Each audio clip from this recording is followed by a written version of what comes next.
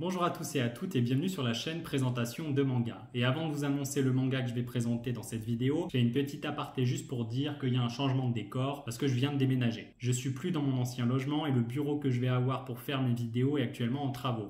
Donc pour le moment, il y aura ce mur gris. Voilà. Pour cette semaine, ça sera le manga Hell's Paradise. Allez, comme d'habitude, la vidéo est séquencée en 5 parties et on attaque tout de suite avec la présentation.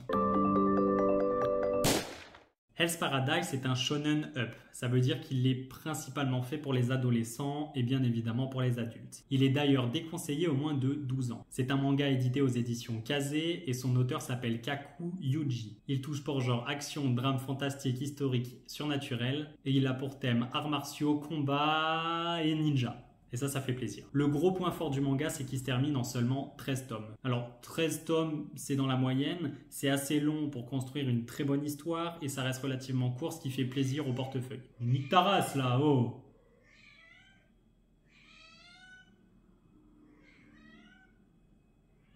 Oh!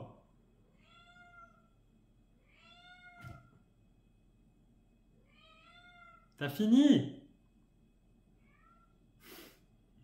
Le gros point fort du manga, c'est qu'il se termine en 13 tomes. Alors c'est assez long pour créer une bonne histoire et ça reste quand même relativement court, ce qui fait plaisir au portefeuille. Pour l'acquérir en neuf, comptez 90 €, mais si vous vous débrouillez bien, vous pouvez l'avoir pour 45-50 € d'occasion. Allez, on enchaîne tout de suite avec le synopsis de l'œuvre.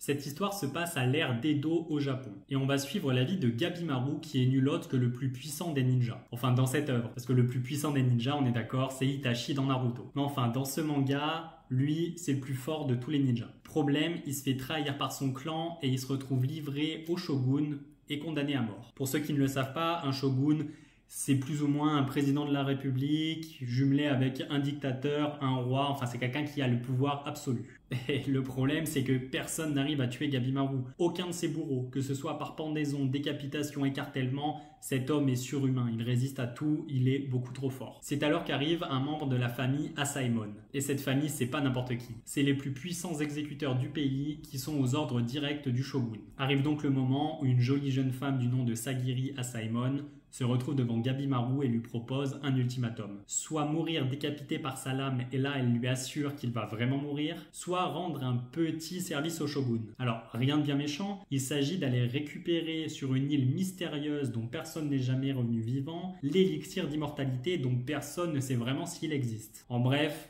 quelque chose de relativement facile à faire. Je vous le rappelle, Gabimaru est un surhomme. Il accepte tout de suite parce que ce gars-là a un objectif, retrouver sa femme. Sa femme qui est nulle autre que la fille du chef de son clan qui l'a trahi.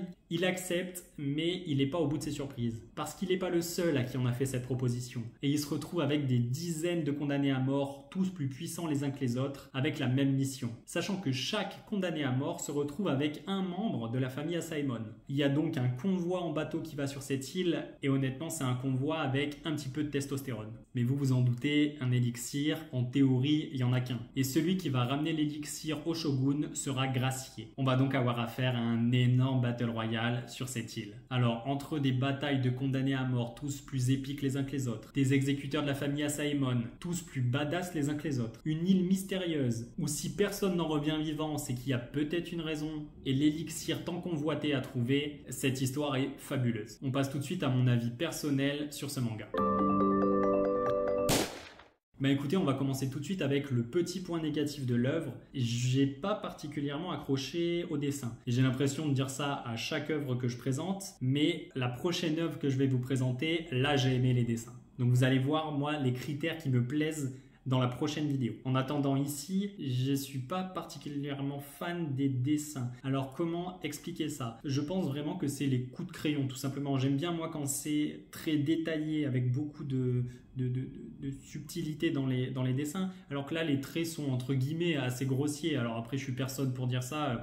Je sais absolument pas dessiner, mais c'est mon ressenti. Je trouve ça un petit peu grossier. Le gros point positif des dessins qu'il n'y a pas dans tous les mangas loin de là, c'est qu'il y a beaucoup de décors. Et ça, c'est top. Et c'est d'ailleurs ça qui fait remonter la note du dessin que vous verrez ensuite. Bon, on va maintenant passer au point positif. L'histoire est bien écrite, il n'y a pas de page inutile, on s'ennuie jamais. Ça va très vite, ça s'enchaîne très bien, et ça c'est très agréable pour la lecture. À l'intérieur, on retrouve des personnages relativement badass auquel on s'attache beaucoup, et vous verrez en le lisant qu'on s'attache vraiment à beaucoup de personnages. C'est une œuvre que j'ai découvert assez récemment et que j'ai adoré. J'ai acheté le premier tome à part pour découvrir, j'ai enchaîné avec les 12 tomes d'un coup. Allez, on va enchaîner avec les notes et vous aurez un petit peu plus de détails dans cette partie-là. On commence par l'histoire qui va avoir la note de 8,3 sur 10, très méritée. Comme je le disais, ça va vite, ça avance bien, il n'y a pas de page inutile, c'est très, comment dire, intéressant. On rentre dans l'histoire très facilement. On peut également rajouter que les objectifs sont très clairs. Gabimaru veut retrouver sa femme. Pour ça, il doit retrouver l'élixir. Sans ça, il n'y arrivera jamais. C'est vraiment 2 buts, 2 lignes droites. C'est aussi évident que Naruto qui veut devenir Hokage, il le dit dès le début, ou que Luffy qui cherche le One Piece, on le sait dès le début. C'est des quêtes principales qui sont faciles à comprendre et qui créent une ambiance incroyable dans cette œuvre. Alors pour ce qui est des dessins, là ça sera une note de 6 sur 10 qui est pas mal. Je voulais mettre un petit peu moins au début et puis j'ai refeuilleté plusieurs pages de plusieurs tomes. Je me suis rendu compte qu'il y avait beaucoup d'efforts faits sur les décors. Il y a énormément de décors, même si moi, à mon sens, je ne suis pas particulièrement fan de ce type de chara-design. Mais il y a beaucoup d'efforts de fournis pour justement nous rentrer dans cet univers. Et c'est très bien fait, donc même si je ne suis pas fan des coups de crayon, c'est un 6 sur 10 que je trouve mérité. Le gros point fort, et c'est indéniable de cette œuvre, c'est l'attache et le développement des personnages. Il y a beaucoup de personnages, parce qu'il y a tous les condamnés à mort qui sont tous suivis par un Asaemon, donc ça fait beaucoup de personnes qu'on voit de façon récurrente dans l'œuvre, et on s'y attache. Et le gros point fort, c'est qu'ils ont tous un passé, un présent et un futur. On peut s'identifier à n'importe lequel d'entre eux et ça c'est vraiment incroyable. C'est la première fois que je vois une œuvre qui détaille aussi bien les personnages et donc auxquels on s'y attache autant. La note 9,3 sur 10. J'aurais pu monter un petit peu cette note mais je veux garder une certaine marge de manœuvre au cas où il y a un manga qui me surprenne encore plus.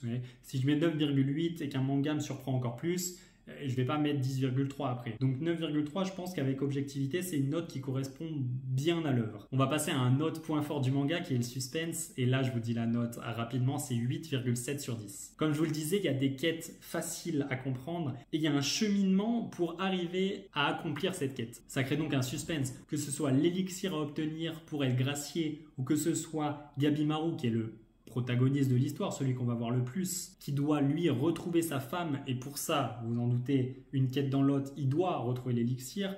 Ça crée un suspense permanent. À chaque fois qu'il y a un combat épique, on a envie que ça se passe bien pour lui. Vous verrez en lisant, mais il se passe énormément de choses avec beaucoup de retournements de situation et ce suspense est permanent et constant et honnêtement incroyable. C'est donc un manga, voire le manga que je vais vous recommander le plus à l'heure actuelle sur cette chaîne, avec Routine qui est énormément sous-coté. C'est d'ailleurs la vidéo la moins vue de la chaîne. Je comprends pas pourquoi, parce que c'est fini en 3 tomes. Enfin, il y a une vidéo dédiée à ce manga et je vous invite vraiment à la voir parce que ce manga, il vaut le détour, vraiment. Enfin, ça, c'était une petite aparté. Je vous mettrai le lien en fin de vidéo. Mais ce manga, il faut l'acheter. Si vous avez les moyens, bien sûr, le budget, l'envie aussi, parce qu'il y a des gens qui n'aiment pas forcément les combats, les choses du genre. Là, vous allez être fourni, honnêtement. Foncez. Si vous aimez ça, foncez. C'est incroyable. On va maintenant passer au classement et il ne va pas y avoir beaucoup de surprises.